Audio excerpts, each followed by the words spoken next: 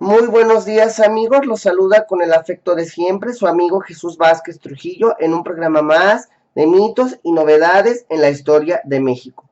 Hoy con el tema la clase media en México.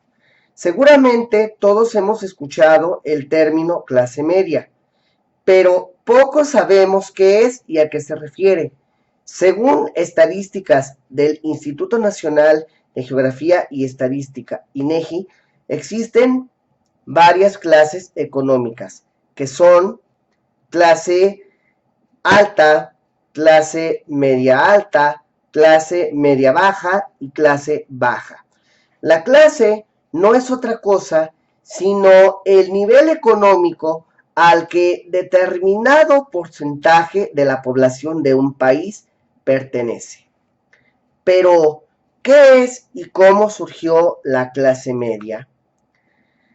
Como recordamos, desde la época colonial, en México había diversas clases sociales que eran conocidas con el nombre de castas, permaneciendo estas hasta finales del siglo XIX, es decir, en la década de 1890, ya bajo el régimen del general Porfirio Díaz, quien, como todos sabemos, permitió la inversión extranjera directa en el país en determinados rubros económicos, empresariales e industriales, lo cual generó miles de empleos para los ciudadanos mexicanos.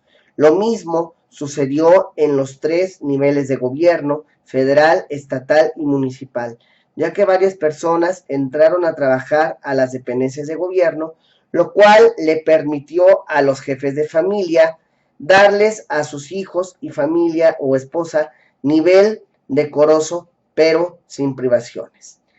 En pocas palabras, la clase media es aquella que, como su nombre lo está señalando, vive en un nivel medio.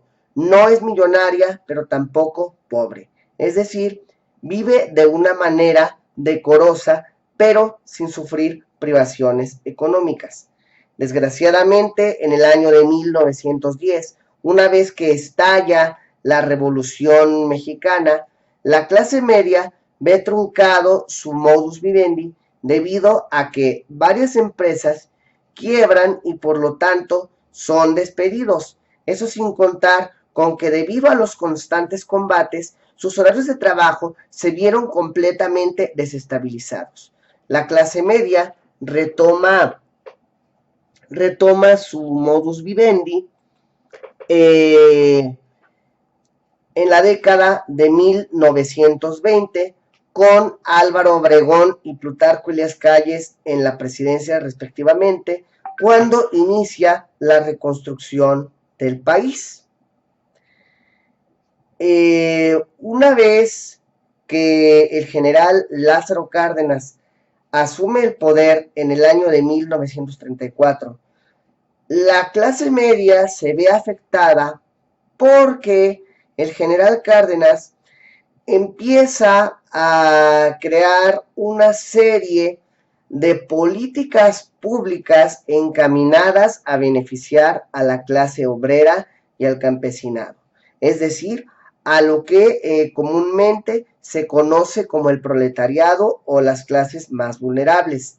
Esto es en detrimento del sector empresarial, el cual se ve duramente afectado por las políticas de Cárdenas. Y si el empresariado se ve afectado, obviamente la clase media, que es a la que los empresarios alimentan, también sufre las afectaciones.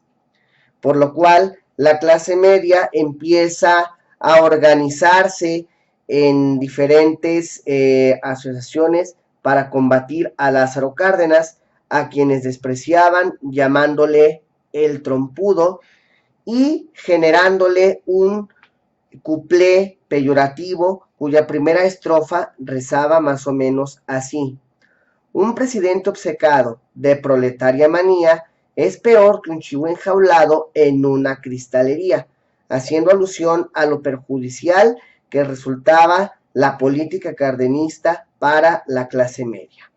Una de las organizaciones que surge en contra de Lázaro Cárdenas es precisamente la confederación de la clase media.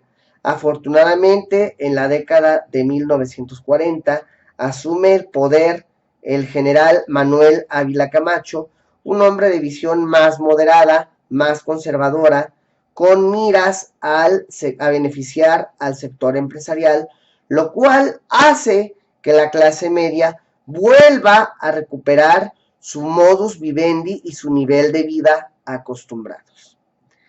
Pues recordemos que la clase media fue la que más se vio beneficiada con el llamado milagro mexicano, porque nuestro país se convirtió en proveedor de la comunidad internacional, que tenía toda su industria volcada en producir armamento bélico.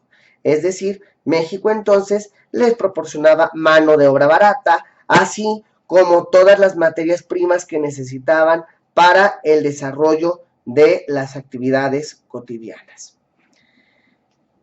Hay que destacar que los movimientos estudiantiles que hubo en México durante 1929, 1968 y 1971 respectivamente fueron protagonizados por hijos de familias de clase media.